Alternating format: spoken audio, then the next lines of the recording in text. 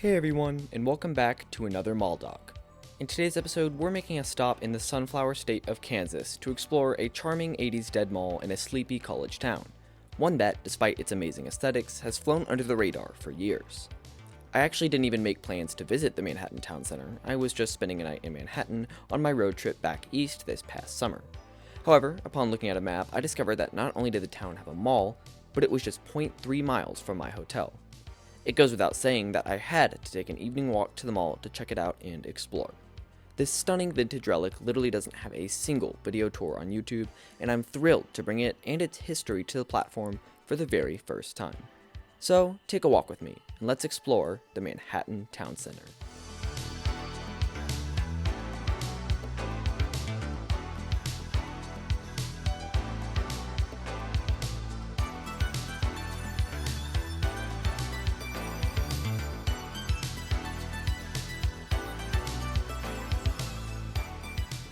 Manhattan Town Center sale has been filed now in County Record.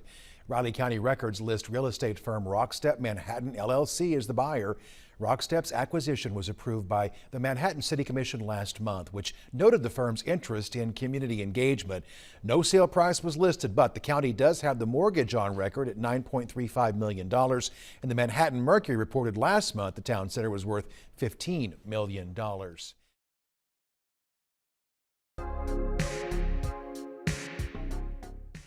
I'll provide a bit of background as we head to the mall. Again, it was a 0.3-mile walk from my hotel. The town of Manhattan, Kansas was first founded all the way back in 1855. In 1863, 52 students enrolled in the local college now known as Kansas State University, which is the defining feature of Manhattan. Throughout the late 19th century, a downtown business district was established along Poyntz Avenue on the east side of Manhattan, one that would continue to develop well into the 20th century. This historic downtown area served as the heart of the town, where locals could shop, eat, and gather. However, as the latter half of the century progressed, local developers and government were seeking a way to bring new shopping into the city and bring new life into the aging downtown. Rumors of a mall coming to Manhattan began circulating in the early 1980s. By 1984, plans had been mostly finalized and called for a regional shopping center to be built on the east side of downtown, between Leavenworth Street and Pine Street.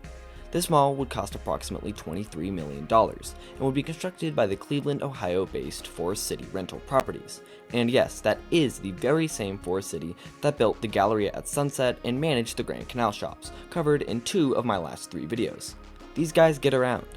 At long last, ground was broken on the project on June 6, 1986, with developers eyeing an opening in August of 1987. By now, it was official. Manhattan was getting its very own shopping mall.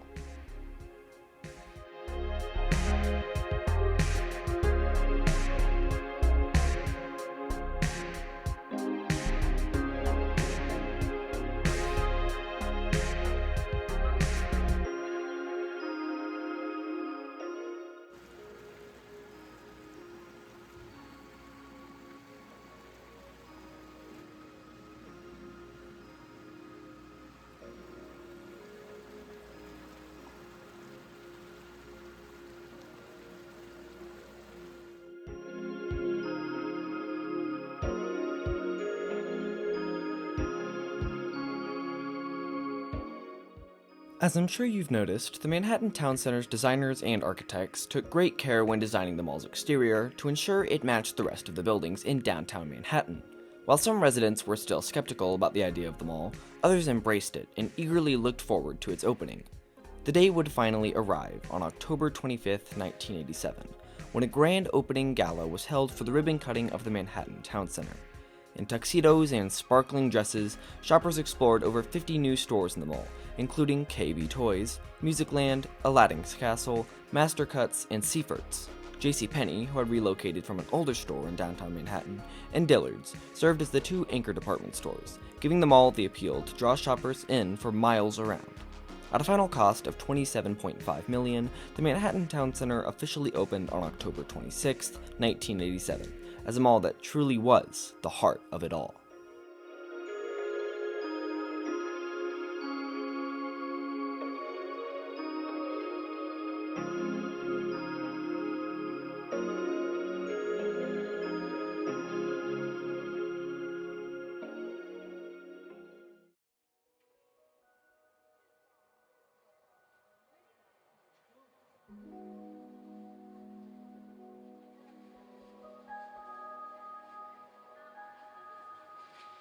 A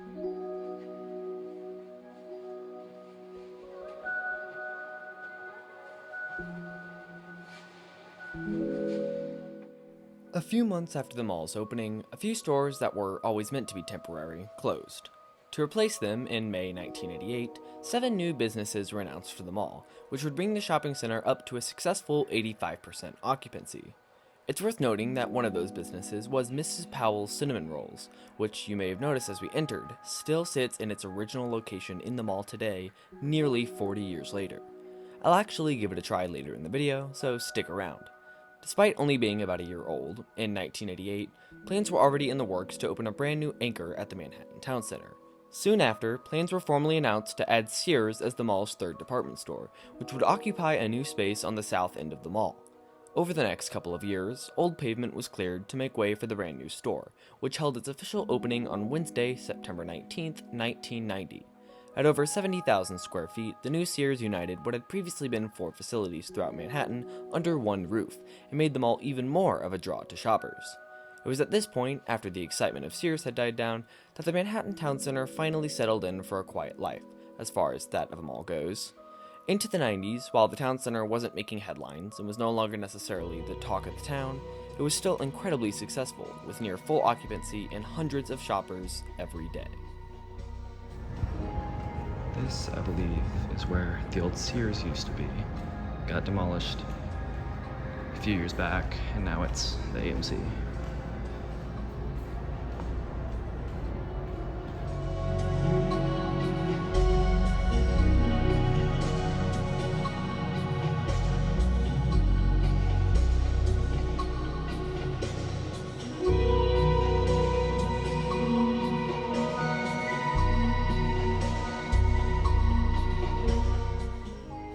The 90s were a quiet decade for the Manhattan Town Center.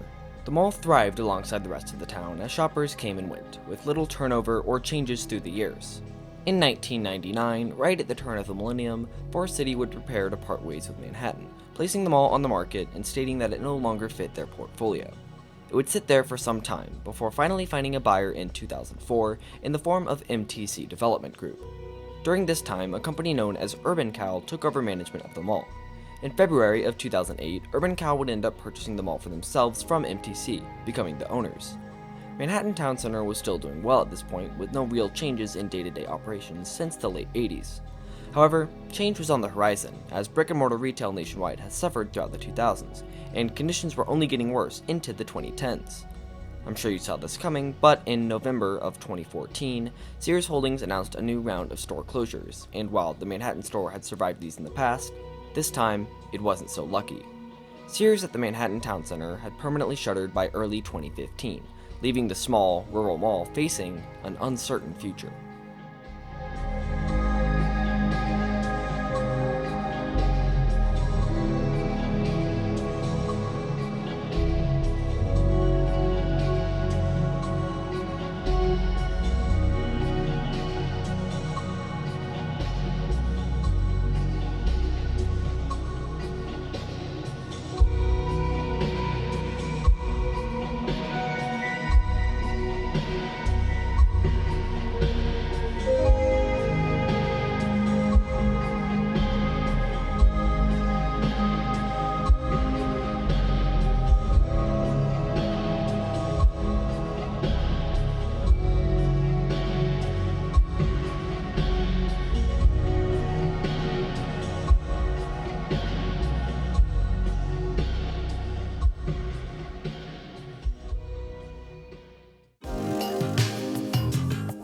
I want to be subtle because security's right over there, but this is part of the food court area towards the north end of the mall, I think. And I saw a photo before we came over here of what it looked like before they redid it in 2017. And it was just incredibly 80s, early 90s, stunning mall. I'll throw a picture on screen right now, but it's been redone and now it's just carpet. Gray, boring carpet. At least the ceiling is still cool though.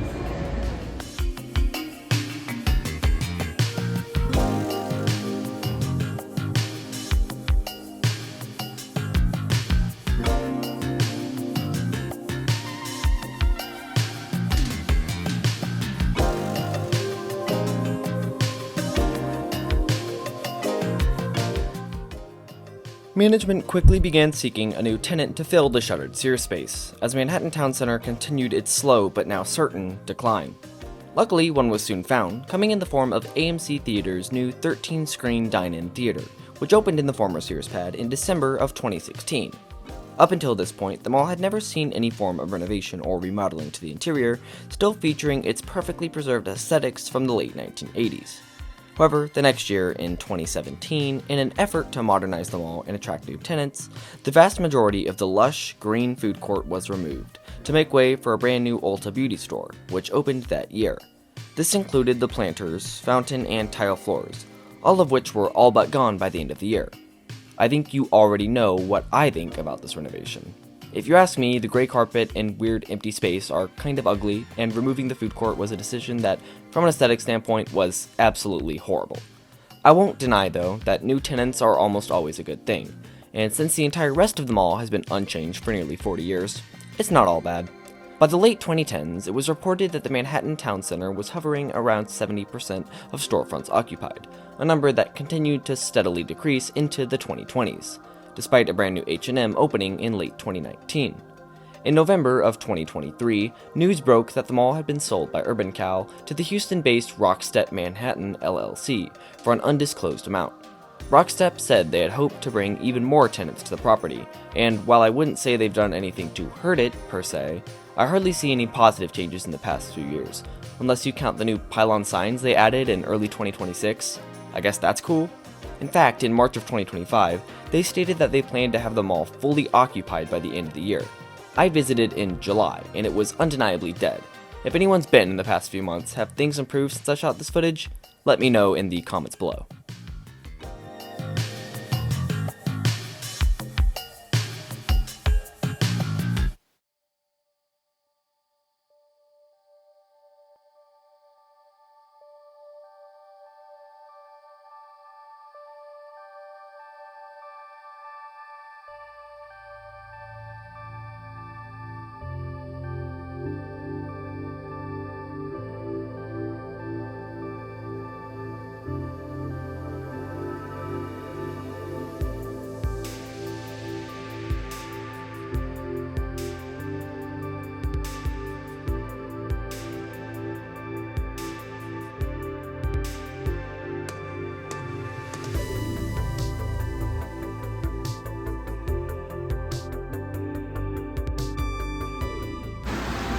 Nice evening walk around the mall. It's closing in 15 minutes, so I think it's time I head back. Back where? I don't know, my hotel maybe. Grab dinner, it's getting late. It's about 6 o'clock, but yeah. That is the Manhattan Town Center Mall in Manhattan, Kansas. Super random, small town, dead mall that I'm glad I was able to visit.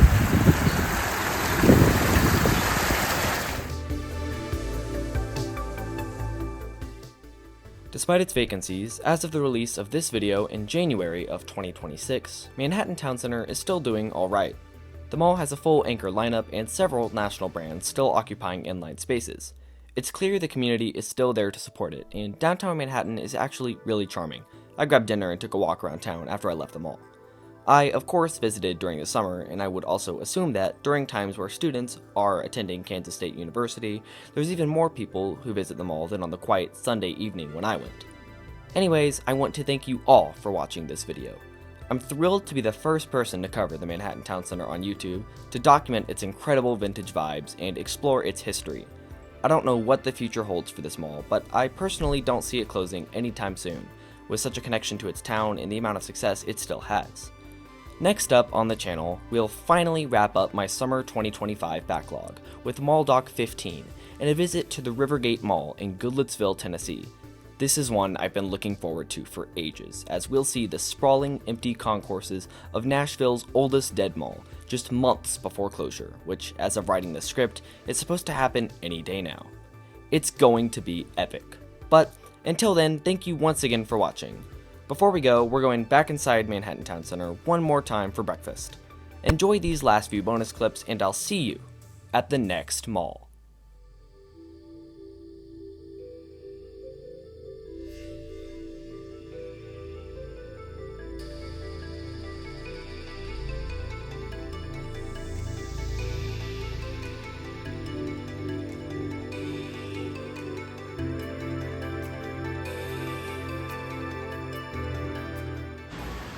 So it's next morning, I'm back in the mall, and this place is a cinnamon roll place. It's been open in the mall since like 1987 when it opened.